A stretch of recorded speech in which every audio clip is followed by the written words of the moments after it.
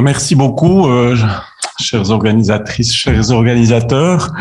Donc, pour traiter de ce sujet qui concerne un peu le numérique, je n'utiliserai pas de PowerPoint, n'y voyez ni rejet, ni paradoxe, mais plutôt une histoire de commodité. En proposant aux organisateurs des États généraux, voici déjà 2 ans de traité du devenir des études québécoises à l'étranger,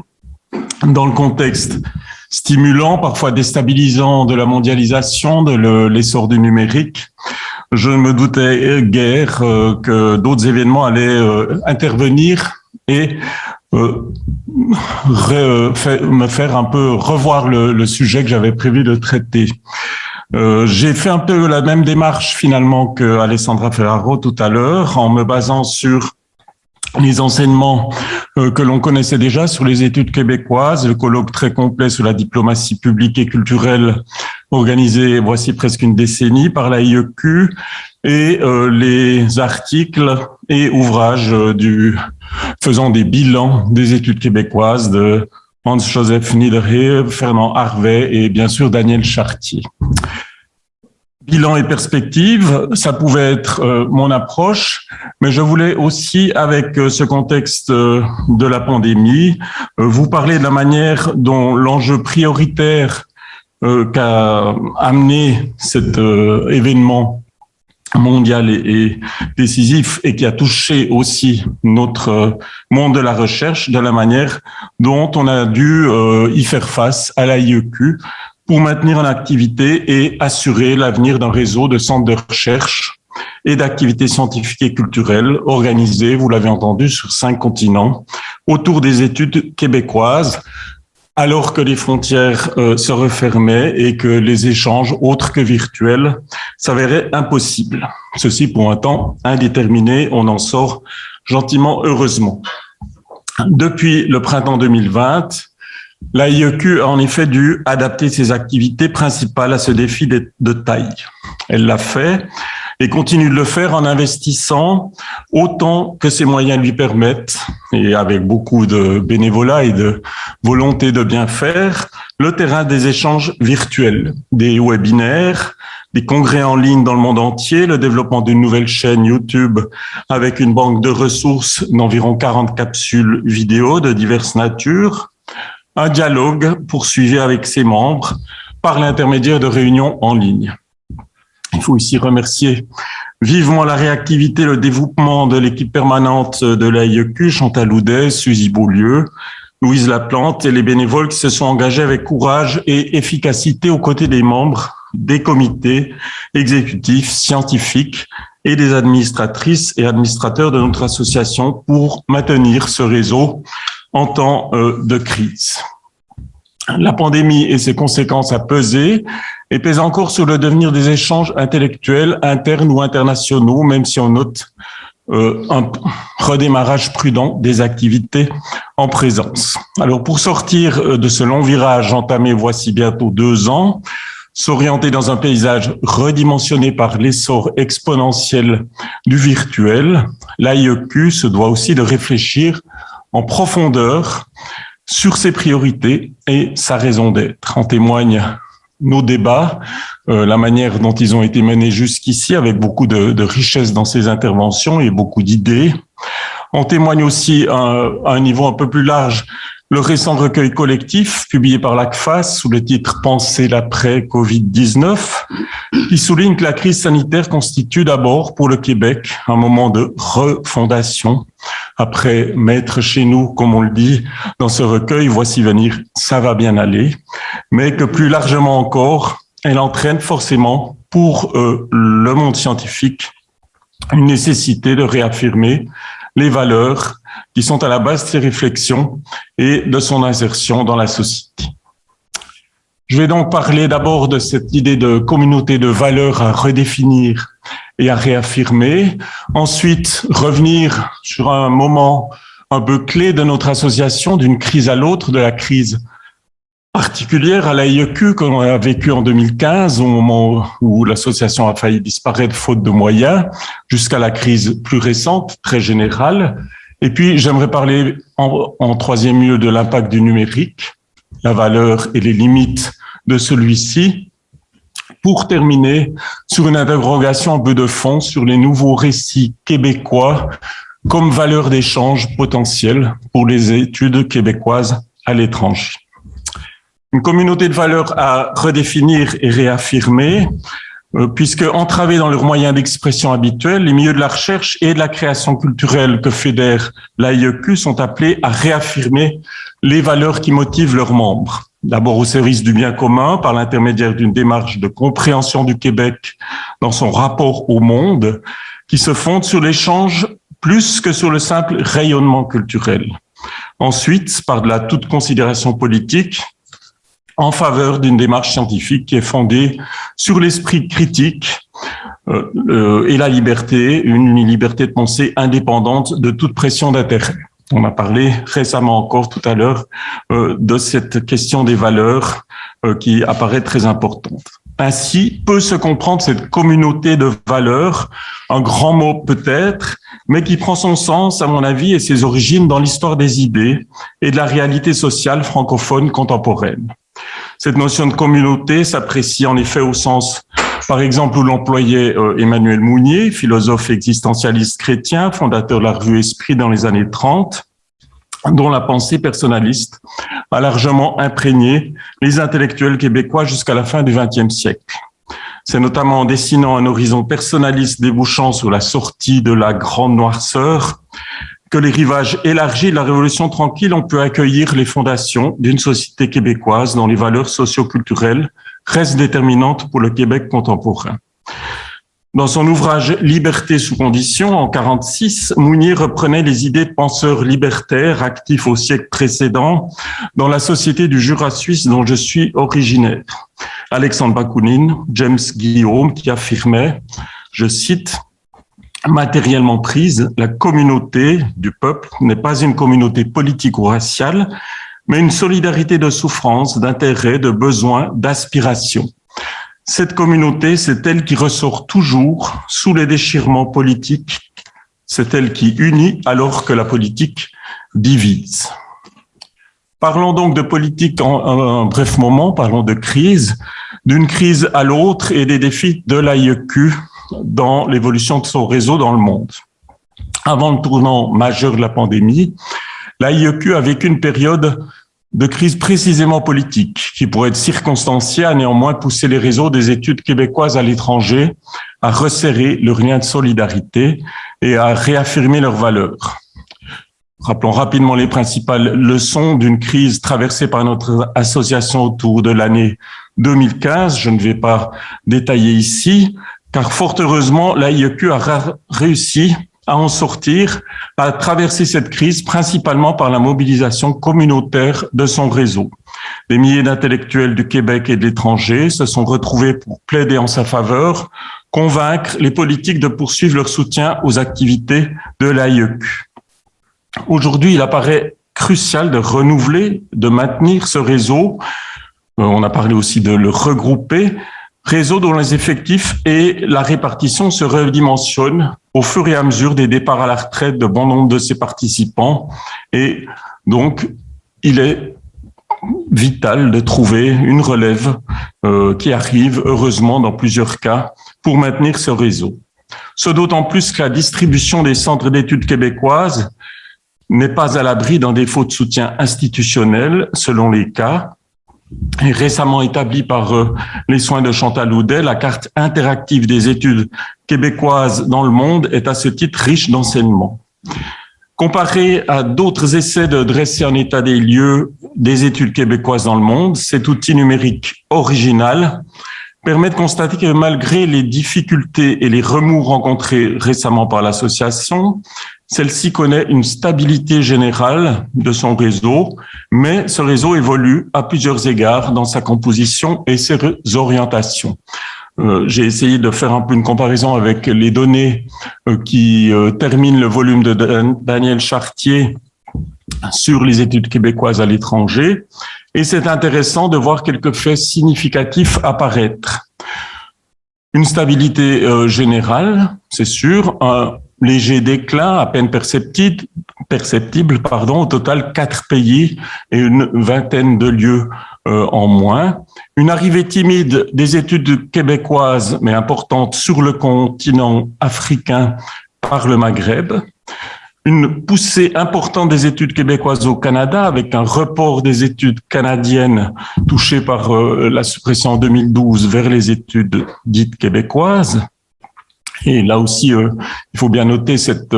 combinaison qui demeure dans plusieurs centres très actifs aujourd'hui. Et puis une stabilité, voire un renforcement en Europe. L'Allemagne, l'Italie, la Pologne, avec un petit déclin en France, peut-être aussi la fin des études canadiennes et un déplacement du centre européen depuis le nord vers le centre-sud-est de ce continent. Un déclin tout de même assez marqué aux États-Unis et en Amérique latine, et en Asie, un déclin un peu plus léger avec de nouvelles polarités qui s'animent dans ce continent d'avenir. Enfin, sur le plan des champs prioritaires, l'évolution révèle que si la littérature demeure le pôle le plus important dans les études québécoises à l'étranger, il y a un découplage progressif entre les pôles d'études québécoises et le champ littéraire traditionnel, représenté par les centres d'études littéraires ou linguistiques. On note inversement un renforcement du lien entre études québécoises et francophones qui semble prendre le relais et dont on a déjà parlé. Alors venons-en à l'impact du numérique, aux valeurs et limites de ce phénomène, car cette carte interactive représente d'abord un moyen numérique efficace pour visualiser, réfléchir et imaginer de nouvelles polarités, des regroupements, des connexions possibles des études québécoises de par le monde. C'est l'expansion rhizomatique de l'AIEQ qui permet à tous ses membres de multiplier les réseautages possibles. Elle nous amène aussi à considérer l'impact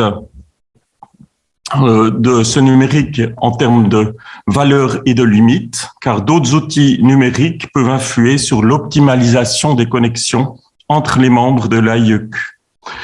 Ainsi, utilisés à bon escient, et c'est le cas, les réseaux sociaux de la recherche peuvent aider à communiquer et développer les contacts à un rythme plus rapide que celui des habituels canaux de transmission que représentent traditionnellement les revues et les colloques dans le monde scientifique.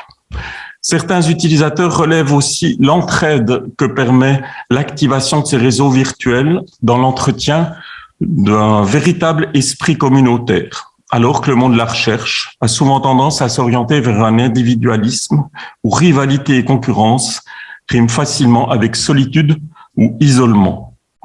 C'est un risque accru que l'on a vu bien se noter dans le contexte pandémique. Dans le meilleur des cas, le réseautage scientifique peut donc déboucher sur des formes actives d'entraide, et c'est ce qu'a souligné un jeune chercheur de l'Université Laval, Michel Lacasse, spécialiste de l'utilisation des nouveaux outils numériques en politique éducative, qui lui aussi cite un penseur anarchiste du 19e siècle, Kropotkin, promoteur de cette idée d'entraide comme facteur déterminant du progrès de la réflexion scientifique. Il serait cependant exagéré de tomber dans une vision trop idéalisée de l'apport des outils numériques en matière de réseautage, de redéfinition des choix et méthodologies d'analyse documentaire ou encore d'amélioration des moyens de diffusion des résultats de recherche. Au sujet de ce dernier aspect, moyen de diffusion, qui intéresse de près l'activité de l'AIEQ, il s'agit notamment d'éviter un appauvrissement de la communication scientifique ou culturelle qui se réduirait à des slogans, des podcasts trop simplificateurs, et on risquerait alors de voir évoluer un réseau de diplomatie et d'échanges culturels comme celui de l'AIEQ vers une agence de branding mi-scientifique, mi-propagandiste, voire publicitaire, qui négligerait de plus certains partenaires moins bien dotés que d'autres et introduirait des inégalités dans le réseau.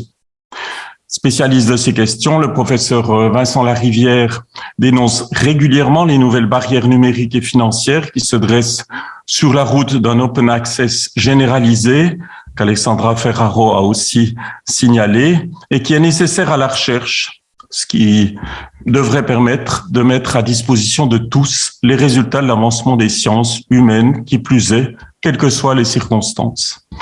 Vincent Larivière le rappelait encore récemment dans ce cahier de l'ACFAS, consacré à la réflexion sur le monde scientifique post-pandémie. Si une telle transparence a pu se faire pour accélérer la progression des recherches touchant à la lutte contre la Covid, pourquoi ne pas en faire la règle en toutes circonstances et dans tous les domaines scientifiques? Cette ouverture d'accès sans concession apparaît déterminante pour assurer la diffusion des études québécoises aussi large et mondiale que possible. À une époque où l'accélération du virage numérique peut laisser encore plus nettement sur le bas-côté des autoroutes de l'information des milieux de recherche provenant de pays moins bien dotés en outillage informatique de pointe et inégalement connectés. Présente en Inde, en Amérique latine et depuis peu sur le continent africain,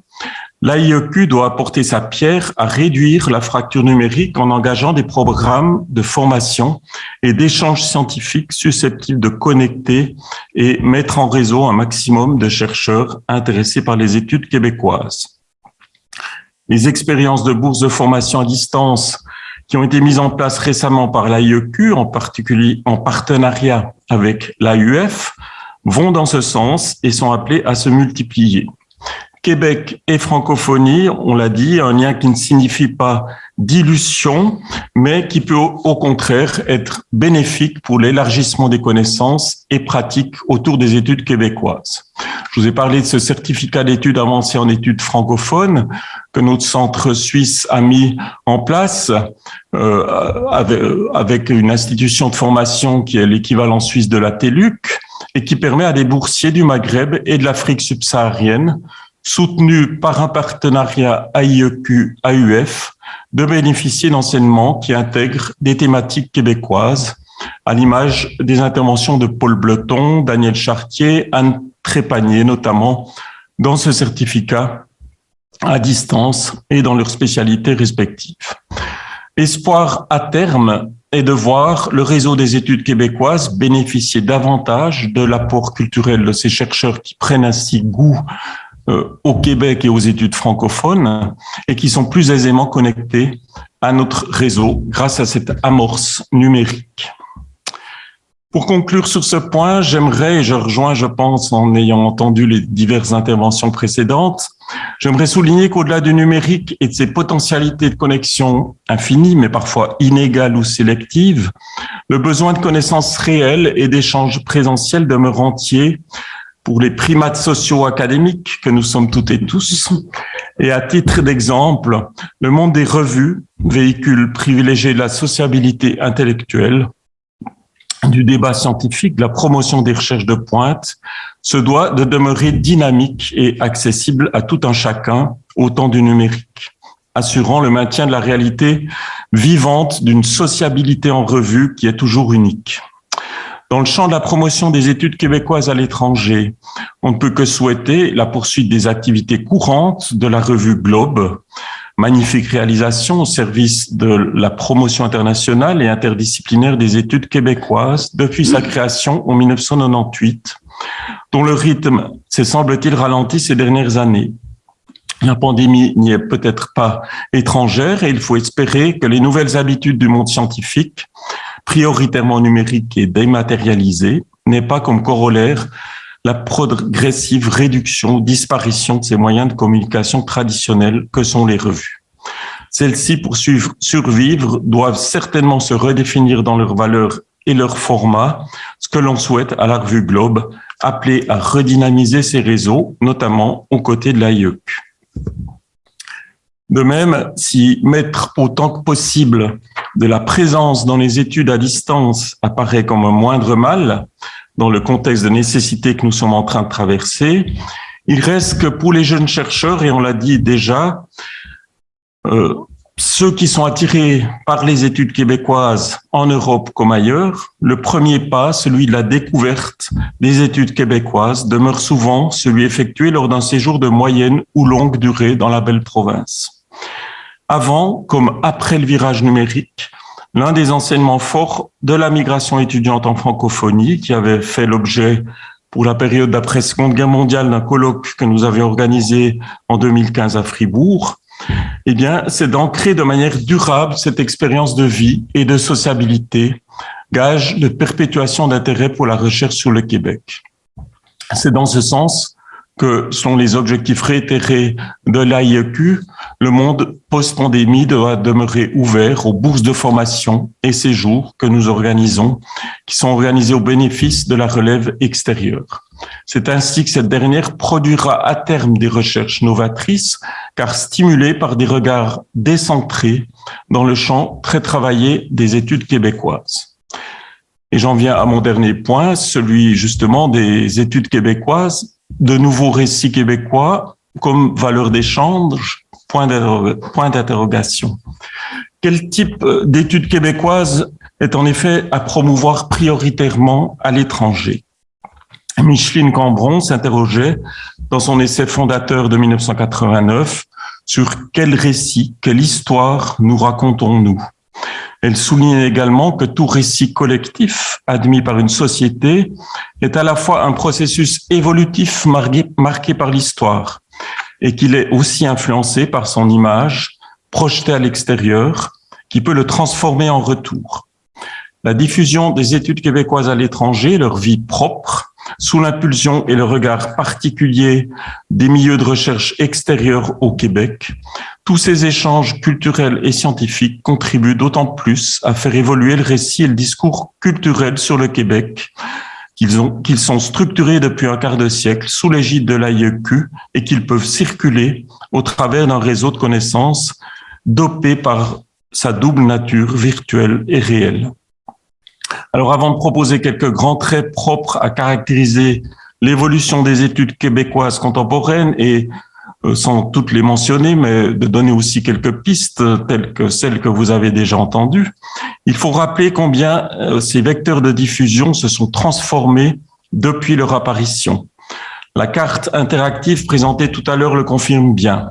Il y a aujourd'hui une sorte de rupture, de double lien originel entre études québécoises et centres d'études canadiennes orientés prioritairement vers le champ littéraire, tel qu'il s'était noué à la fin des années 50, lors de la fondation des premiers pôles de recherche en littérature canadienne-française, puis le développement des centres à l'étranger au fil des années 60. On y est bien éloigné aujourd'hui de la canadianisation des sciences sociales, intervenue en réaction au risque d'états-unisation de l'enseignement universitaire, mise en évidence par l'article de Fernand Harvey dans la revue Globe. Ce cordon ombilical, une fois distendu, la diplomatie culturelle québécoise a pris son envol, voici un quart de siècle, portée par les valeurs d'indépendance de la recherche, de primauté de l'excellence scientifique et de mise en valeur extérieure d'une création culturelle, au sens large, reconnue sur son territoire. L'AIEQ a joué depuis sa création un rôle décisif dans la vitalité de ce processus, orienté au fil des ans vers la mise en valeur de projets de plus en plus intégrateurs et interdisciplinaires au service de la découverte de la société québécoise, de l'enseignement comme de l'apprentissage de ses composantes fondamentales. À l'heure du numérique, il apparaît aujourd'hui indispensable que l'AIEQ puisse disposer de moyens accrus en matière de communication et de diffusion de ses activités de par le monde. Coordonner en l'anticipant suffisamment une tournée d'auteurs québécois, prévoir l'enregistrement et la rediffusion en ligne pour un public élargi et mondialisé d'une activité scientifique programmée par un seul centre d'études québécoises, cela nécessite l'engagement de nouvelles forces disposant d'une bonne maîtrise des outils numériques. Encore faut-il que ces forces soient motivées par le partage de valeurs communes et d'un récit culturel québécois consciemment réfléchi et défini. Ce récit fondamental, tissé par les rapports entre le culturel et le social, prend aujourd'hui des accents différents de ceux qui l'ont constitué à l'époque de la Révolution tranquille. Tout en continuant à représenter un socle fondamental pour l'identité et la société québécoise contemporaine, c'est pas Martin Paquet ici présent ni Stéphane Savard qui me contrediront, ce récit et ses valeurs sont aujourd'hui réinterprétés et diffusés à l'extérieur du Québec sous l'influence de nouvelles priorités et préoccupations. La mise en évidence presque messianique d'un modèle culturel et social dynamique, aimanté par la quête d'une indépendance inscrite comme principal horizon d'attente, c'est peu à peu substituer l'analyse critique d'une société à la fois distincte et ordinaire dans ses rapports au monde extérieur. À titre d'exemple, aux réinterprétations fondamentales du passé européen qu'entraîne l'essor des études postcoloniales, fait écho l'attention primordiale accordée à la place des peuples autochtones dans l'histoire et l'actualité des sociétés canadiennes et québécoises. Au récit acquis à la cause des progrès technologiques qui ont construit l'essor d'un Québec hydroélectrique en marche vers une modernité gage d'indépendance, tout au moins énergétique, font aujourd'hui place les mises en évidence des impacts environnementaux sur le territoire et les populations locales provoqués par de tels choix de société, qu'il s'agisse du bassin du Saint-Laurent ou de l'exploitation des forêts boréales. Ainsi, dans ses réflexions de fond sur les identités et appartenances nationales, le philosophe Alfred Grosser soulignait combien il est important pour l'avenir d'une nation que le point de vue critique sur l'histoire de celle-ci puisse être compris et assumé par tous les membres de la société civile.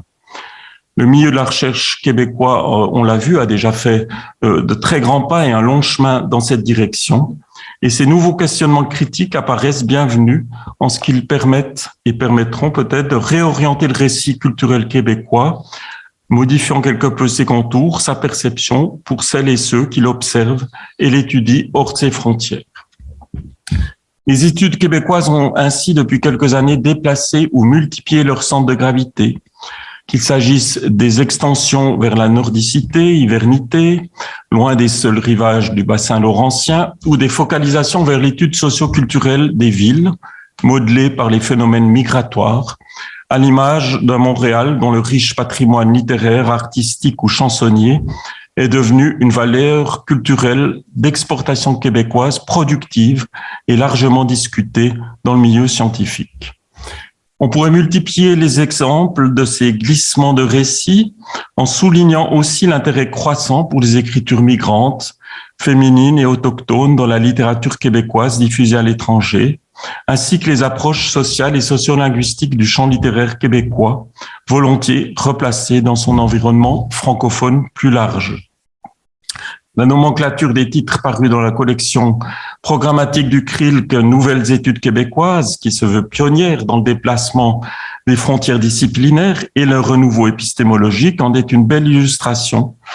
comme la table des matières de l'ouvrage récent Je me souviens, j'imagine, qui revisite les lieux de mémoire collective québécois. Enfin, relevons que ce glissement s'accompagne d'une extension du champ culturel classique vers l'analyse de phénomènes de la culture de masse à fort impact social, des récits culturels admis par l'ensemble de la société et largement diffusables via l'oralité. Je pense à la chanson, je pense au spectacle vivant ou au sport, objets contemporains de la culture ici au Québec qui contribuent à renouveler l'intérêt de la recherche internationale pour la société québécoise. Un tel brassage de valeurs, de pratiques, de création et de recherche à propos du Québec ne signifie nullement une perte de sens ou une dilution pour la promotion des études québécoises à l'étranger, bien au contraire. Orienté par une conception de la diplomatie culturelle fondée sur les valeurs d'échange, d'indépendance de la recherche et d'esprit critique, l'internationalisation des études québécoises a un avenir prometteur devant elle, pour autant que celles et ceux qui la font vivre, autorités politiques, administratrices et médiateurs culturels, chercheuses et chercheurs, artistes, étudiants, se retrouvent dans cette communauté de souffrances, d'intérêts, de besoins, d'aspirations qui peut les réunir sur la terre comme sur la toile. Voilà, je vous remercie de votre attention. Merci.